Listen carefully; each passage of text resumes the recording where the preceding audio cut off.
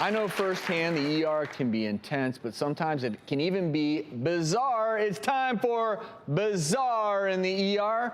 One woman at work, when she forcefully blew her nose so hard, she broke a bone. So shortly after blowing her nose, she temporarily lost vision in both eyes. Her nostril suddenly started to bleed. She developed swelling around her eye, and after a few hours, visual problems continued.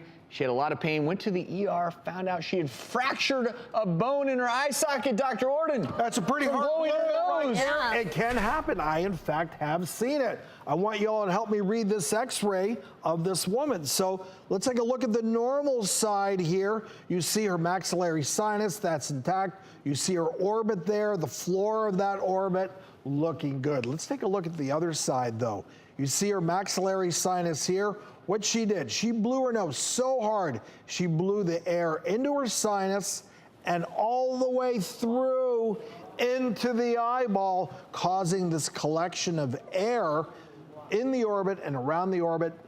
She actually had something we call periorbital crepitance, where you could push and you could hear the air around her eyeball. But the good news is she did well. She did not impair her vision.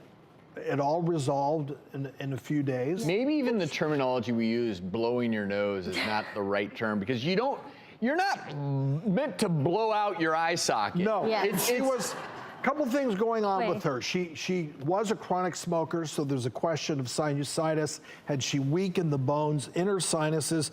And she had this bad habit of blocking one side of her nose and blowing really, really hard. Really hard. Well, she blew so hard that she blew that air into her orbit. Typically, if you have an orbital fracture, you see it here on the floor. What she did, she blew it through her sinuses into that orbit.